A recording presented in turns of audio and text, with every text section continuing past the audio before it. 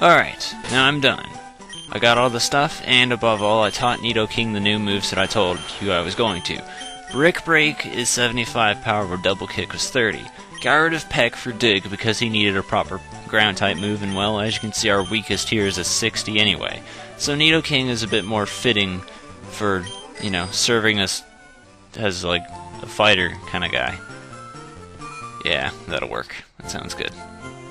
Anyway, I need to heal real quick, so let me just do that, and then we're gonna go ahead and explore Celadon a little bit more. I got that Eevee with me because I don't feel like putting it away. I'm lazy. I hope to see me again too. I really do. Get on my bike, and if we go over here, you got this. Wait, you got this guy. Hey, what are you staring at? Get lost, or I'll punch you. And this guy's a dick. But if you go over here, you can talk to him. And he's like, go ahead, laugh at me. I'm busted. I'm going straight. I won't be needing this. And he gives you a coin case, which promotes... not promotes. I was just stopping myself there before. I'll say it again anyway. Shut up. Which lets you go ahead and go over to the... Stop doing that. The fucking... The game corner. Thank you. I can't talk. The game corner. Which eventually, I believe, was, like, changed and all that in later generation games, which irritates me. Probably like overthinking it, like this promotes gambling. You talk to this lady, and she gives you tea. Yes, nothing beats tea. Nothing at all. Nothing else is really worthwhile in this building. I mean, you can talk to like the programmers and stuff inside of it, but I mean that's really the extent of it. Now over here is the game corner. The game corner is super awesome, and I don't know how I feel about dealing with it just yet, but if you talk to some of these guys, like this one, they'll give you some coins. You can get about, you can get about like 50, I believe, off of them, so that right there is 40. No, god damn it. And then I think he's the last one. No. Hey, you have better things to do. What? Hold on, hold on. That was the champion making guy. Like, he'll go around telling you... Why isn't he in the gym? Change your coins for... Oh, well, damn it. Yeah. I prefer going for that. Granted, it's a bit of a waste of money, but... Yeah. And then this guy is standing in front of this. I'm guarding this poster. Go away. Why would you guard a poster? That's a poster, dude. I don't think anyone's gonna be, like... you know, violating it. I think your poster's fine, guy. You don't need to panic. It's a poster. Alright? As you can see, he was part of Team Rocket, though, so I mean, those guys are fucking crazy anyway. Go! Experience get. A Zubat? Are you serious? Of all things to have, why would you have a Zubat? Also, notice how we have Wing Attack now? Wing Attack's so much better than Gust. Why I used it on a flying type, I don't know, but it worked, so who cares? Dang. Yeah. I danged once or twice. Team Rocket hideout might be discovered. I better tell boss. What? Hey, it switches behind the pusher. Oh well. I could say I'd be guarding it then.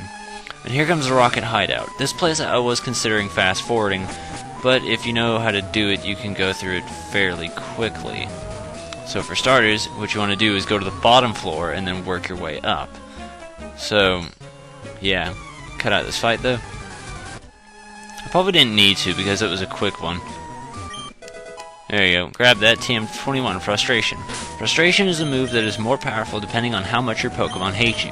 Now, one thing I've noticed about Pokemon hating you is that they do it the second you trade them, or you newly acquire them. So if you like have a Pokemon that you want to trade often, or you know, just a wild one that you found, teach it Frustration, and that'll be when it's most effective. Other words, kill it or something. I don't know, because other words, it's not going to do you much good any other time.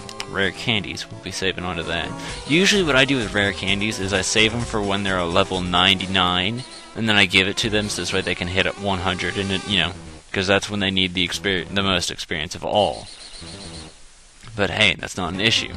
So, yeah, that's what I tend to do, but since I'm not going to be doing that during this playthrough, I'll probably just use it at the very end, because that'll still be when they need the most experience.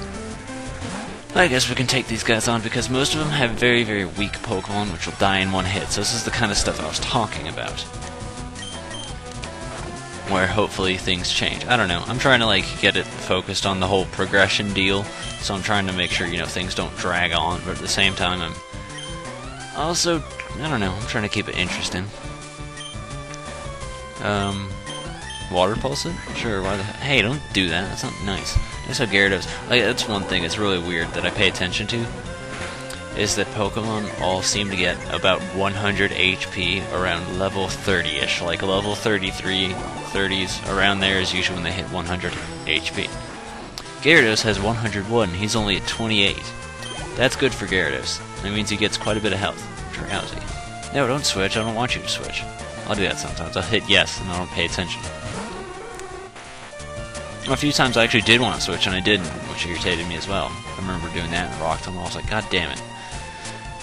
Yeah, I try and push through those dungeons just because I don't like the battles. I'm just glad I actually went through that fairly well. Like, I think Mount Moon has actually probably taken us longer than anything else, and that's just because of the whole repel bullshit. I mean, there's still later dungeons we have yet to explore. Yeah, there's another one that'll probably be longer. I don't know. Like, it's huge, but it doesn't have any wild Pokemon, so I'm not entirely sure, actually. Grab this if you don't mind. TM45. I snatched it! Yeah, I'm so clever. I'll go ahead and get the... No, I don't want the computer. Maybe it's not complicated words. Maybe you're just fucking retarded, Red. How's it going, guy? Elevator door won't work. It doesn't? Really? I didn't know that. I mean, I just kind of got here. This guy you have to fight, though. Now, one thing I don't like about Koffing and Grimer is they're kind of twins, so I mean, their strategies are similar. But the thing I don't like is that they focus on a strategy of raising defense while lowering the ability to hit them. So Koffing focuses more on Smokescreen while Grimer focuses on Minimize. And they both have like Harden, and it's just... they're the most annoying things in the universe to fight. Granted, I think Koffing is actually more enjoyable to fight because he's like defensively just weaker.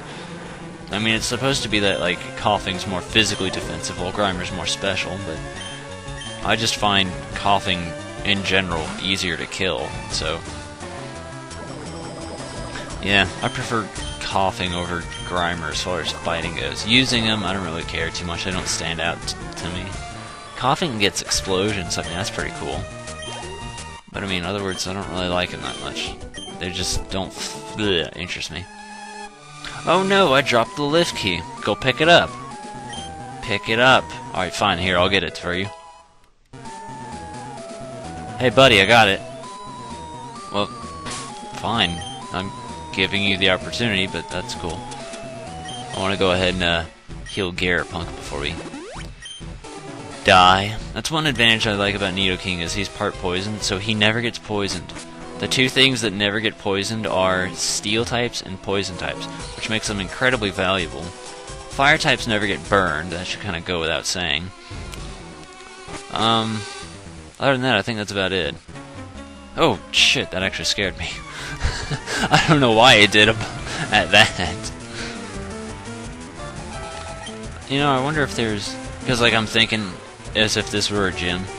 If I beat the boss, will I still be able to fight the other guys in here or not? Because I didn't bother going through the first floor, and I'm not going to really need to unless I want to get items. I'm probably going to try and get the items, but I just don't know if I'll be able to fight the guys or not. I mean, if not, I'm not too bothered because I'm over-experienced. But, why did you miss that tackle, Gyarados? You very well could have killed this Zubat and prevented it from biting you, but you decided to be stupid. You know that.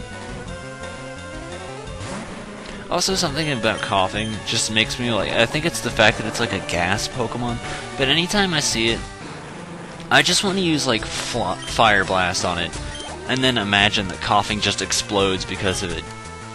You know? You probably don't know, but that, to me, it's begging for a Fire Blasting so it can just blow up. It just looks like it needs one. Again, that's probably just me, but... yeah. As far as progress goes, I think we're actually... no, I don't know. No, we're not on part 10. We were on part 10 last time I edited. in the beginning of this video, I think this is like the 4th video in a row that I've recorded, which would make this 13 or so.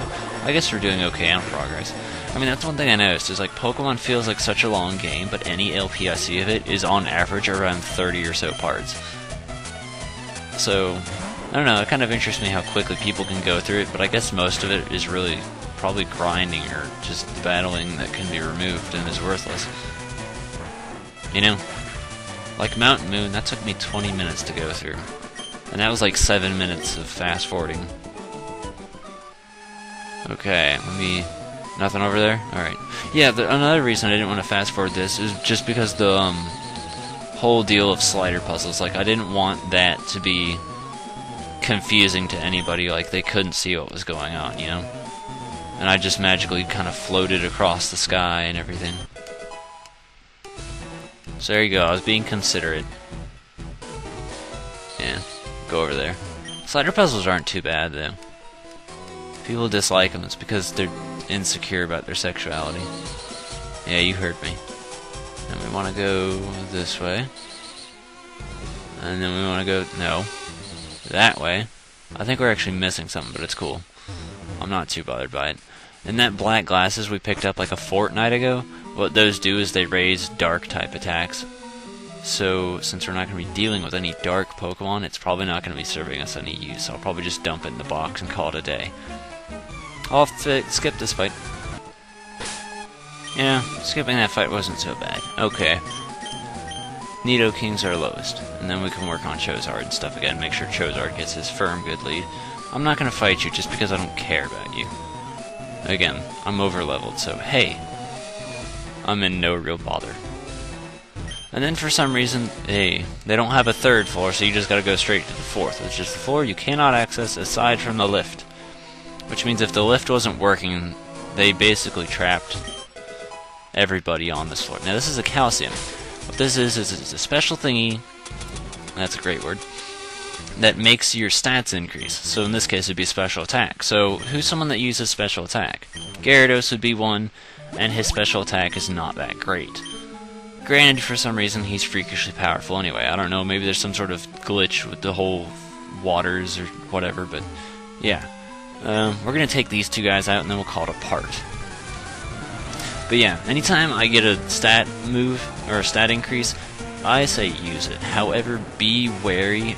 Don't use more than one at a level. Like, if you use 2 calciums while it's still level 29, it only does the effect of 1 calcium. Okay? It doesn't work like that. You have to use one, level it up, use another. Other words, it cancels out the effect. That's one thing I've noticed. So, just a little advice for you guys. Sandshrew. You know, in reality, it's probably not the smartest idea because it's ground type, but I don't think it knows anything worthwhile to kill us. So I guess we'll be fine. Sandshrews got the freaking highest defense of anything I've ever fought in, ever, because I can never seem to do a decent amount of damage against it. Like, you see this, and it hasn't even buffed its stats at all. It's just freakishly defensive. I mean, that's good, but it's bad, because, you know... Like, it's good that it's defensive, but I mean it's bad because it's not defensive where it counts. It needs to be specially defensive so it can survive a good surfing or something. Because, see, that's going to waste. It's probably got piss-poor special defense. And that's what really matters. I don't have a psychic type. You know what, Nidoking, I'll let you go ahead and actually test out your ground-like powers. I had a feeling it knew Intimidate. Alright, let's go ahead and dig. We're not keeping Dig, by the way. We'll use it for a while, but afterwards, we're probably just gonna ditch it. Dig, like I said earlier that HMs are different because you can use them outside of battle. There are exceptions to that. There are certain moves, such as Dig, that you can actually use outside of battle. Dig works like an escape rope, so you can go ahead and just dig your way out of any bad situation, kind of like it just gave me the option to. Another one for that would be Sweet Scent. What Sweet Scent does is it helps attract wild Pokemon. So if you just, I don't know, I guess it'd work in the Safari Zone, but I mean other than that, it's not that great of an outside battle kind of move, you know? This might be a little bit longer, because I think I don't know, because we got 2 fights to edit out, so I'm not really sure how it's gonna work. But, yeah. See, this is what happens when you give me a time limit to pay attention to. I care about it. Like it's my own child. I'm like, it can't be over. I didn't want to use cut. Actually did an okay amount, though. I'm not bothered by it. Hey! That irritates the shit out of me. What the fuck is with Poison Sting poisoning me? It's not supposed to. Poison Sting has 15 power. I swear to God, like, anytime a single Uno Poison Stingo hits me, it is like 100% guaranteed to poison me. I don't understand it, and it irritates the unholy hell out of me. I mean, come on, get real, game. That's like saying Fire Blast has 100% chance of fucking burning something, which it never does. Burn happens like fucking 20% of the time. Poison Sting happens to be 100% of the time. Ugh. Plus, poison is the most irritating status condition because, like, it can actually gradually get worse if you're badly poisoned. Plus, it kills you outside of battle. The second, probably most irritating status condition would be sleep because you're rendered helpless. Guaranteed helpless for a while. Burned again. That's ironic. Alright. This is the end of this part. I'm JC4. See you guys later.